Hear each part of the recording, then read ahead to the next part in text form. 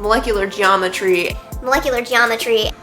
Molecular geometry. Okay, so basically, if you want to know more about that, just keep watching.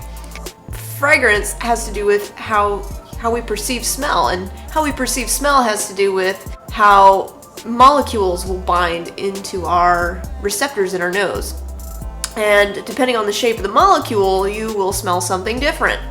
And so, given all of that, I was like, you know what, that'd be a perfect segue into explaining molecular geometry. Molecular geometry. Molecular geometry. I love this store. It's so eclectic and unusual. It's the only one I've ever seen like it. So I'm actually heading towards the rock room, and here's some of the rocks that they sell. They sell a whole bunch of different crystals and rocks, and I'm actually going to talk about that in another video. And these are my friends. They're awesome. Here's the incense I was telling you about. Okay, so this stuff rocks. It smells so good. The whole store smells like it. And that was the thing that got my gears going about the concept of molecular geometry. Basically, how your nose is able to distinguish between different types of molecules by the shapes of them binding differently in your nose. Okay, so the major concept is molecular geometry. Molecular geometry has to do with how the atoms come together to form a molecule.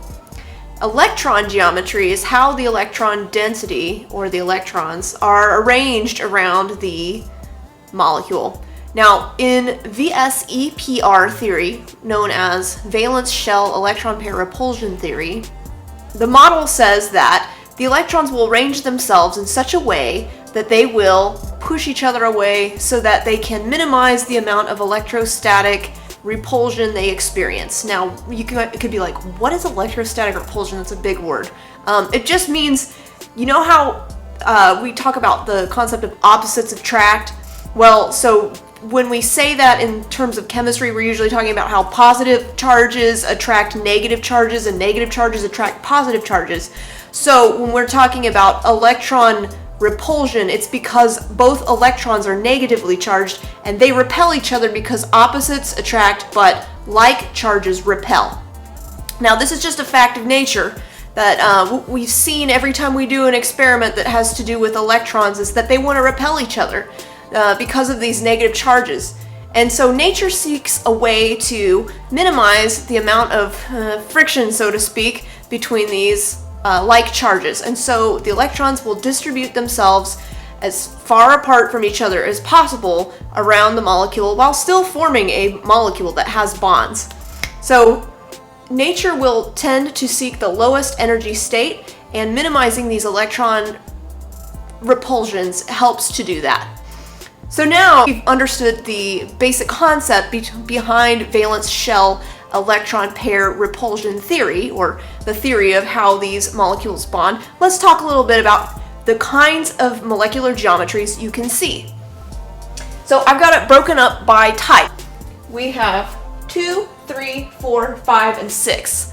So 2, 3, 4, 5, and 6, what does that mean? That has to do with how many bonds that you see.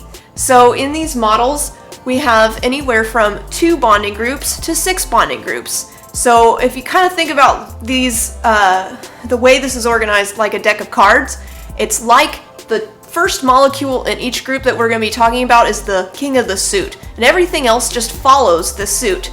So let's start with group 2. There's one type of geometry that can follow this suit, so to speak. So it is a linear molecule. And why is it linear? Well, it's forming a line. So this line has one bond here and one bond here. In this molecule, this is supposed to represent carbon dioxide, and between this carbon and this oxygen, you have electron density. So the carbon is considered the most electropositive atom, and typically you will see the most electropositive atom found in the center of a molecule, and you'll see the more electronegative molecules, the more electronegative atoms at the outside of the molecule. Most electropositive in the center, most electronegative at the outside. So both of these oxygens have equal electronegativity. They are more electronegative than the central atom, and the electron density is distributed between the central atom and the outward atom. We form a line with these two bonds, so it's called linear. Group 3. So this is called a trigonal planar shape. Trigonal planar because it is 3 groups forming a triangle, and it is planar. Notice how these 3 bonding groups are all in the same plane. So because of that, we call it trigonal planar. The most electropositive atom is located in the center, and then we see the more electronegative atoms at the outside. So let's talk about some different flavors that follow this suit. We had trigonal planar, and now we have a 2-bonded structure with a lone pair at the top. So notice how this lone pair is actually pushing the electron density from the bonds further away. This is called a bent structure. Now let's move on to the 4 suit. We call this tetrahedral. Why tetrahedral? Well, tetra is the Greek root for 4. So 4 bonding groups. So we have 4 bonds with electron density distributed between each of the 2 atoms. And a variation on this theme is what we call trigonal pyramidal. Now, why is that? Trigonal meaning like triangle, but pyramidal because it's forming a pyramid shape. I think the Egyptians would be pretty proud of this. So you've got this pyramid shape, yeah, and then it's got 3 bonding groups and 1 lone pair, and the lone pair is what's pushing it down into this shape. That's what allows it to experience the least electron-electron repulsion. Here's another variation on the theme. 4 bonding regions, 4 regions of electron density, but we have 2 lone pairs. This is actually a water molecule, and we kind of call this like the Mickey Mouse molecule because it really kind of looks like it's got Mickey Mouse ears. I don't know. What do you think?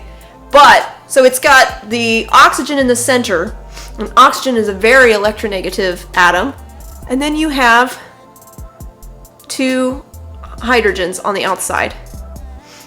So this is distributing the electron density downward because these electron pairs are pushing the electrons as far away from each other as possible. So you wind up with this bent structure. Now we're on to the 5th flavor. The 5th suit, known as Trigonal Bipyramidal. Now, it's hard to see from this structure, but if you tracked it very closely, you could actually find that there would be 2 pyramids coming out of the shape. So, take my word for it if you can. Trigonal Bipyramidal, 2 pyramids. And this actually is the central atom surrounded by 5 bonding groups. Now, the different flavors of this are what we call a seesaw, because when you set it on a surface, it can lean. Look at that. That's literally the only reason why it's named that. Now, in nature, it doesn't do that, but we scientists like models where we can call it something cutesy, and so that's why it's called the seesaw. But basically, it has 1 lone pair that's distributing and pushing all of these other bonding groups down. This one has 2 lone pairs. So notice as I'm going down the suit, I'm getting more lone pairs. This is called a T-shaped molecule, and it's a pretty simple reason why. It looks like the letter T. And it's got 2 lone pairs here and 3 bonding groups. These are all in the same plane, if you can see that. This is a plane. See how they're all in the same plane? Pew, pew, pew. And then finally, the last molecule shape in this suit is called linear, actually, again. Now, it's a little bit different from the linear that we just saw in group 2, right? Like, let's look at that. Here's linear group 2, no lone pairs, right? But this one has 3 lone pairs, and it's actually these 3 lone pairs functioning in a plane that's pushing the electron density of the bonds far as away from each other as possible. These have 180 degrees angle between this bond and this bond, so it's linear. And then finally, we have our octahedral suit. So it's called octahedral because it forms the shape of an octahedron because of the different faces of an octahedron. But it has 6 bonding pairs. So try not to let that confuse you. Octahedron, octahedral, 6 bonding groups. So this is 6 bonds. Notice that 4 of them are in plane with each other. So that 4 of them are in plane with each other and 2 of them are in the other plane with each other. You can see in this one, we call this one square pyramid. Why? Because it's forming a pyramid here. This is a pyramid shape, but it's a square pyramid because it forms a square as the base of it. So this lone pair is actually pushing these bonding groups in plane, and that's what forms that pyramid structure. And then finally, this one, which is called square planar. So now the square, right? The square is in a plane with itself. So 1, 2, 3, 4 4 points or angles that form the square, and it's in plane with itself in the same plane. And then you have the 2 lone pairs that are pushing those 4 bonding groups into plane with each other. So I hope that was really helpful to get you accustomed to the different kinds of shapes you would see. I'd like to summarize them right here. You've got linear molecule, the trigonal planar molecule, you have tetrahedral, you have trigonal bipyramidal, and you have octahedral. These 6 groups orient themselves in such a way as to reduce the amount of electron repulsion that the whole molecule experiences when the atoms come together to form the molecule. And the different ways that these groups are arranged allow you, in your nose, to smell different fragrances differently. Thanks, and hope you had fun with this. Stripe, which one's your favorite? He's kind of inspecting all of them. It's my little baby. Alright y'all, so that's an introduction to molecular geometry. I hope you enjoyed this video. If you did, please give a shout out and like and subscribe for more chemistry tutorials with feminine flair. Have a fabulous day.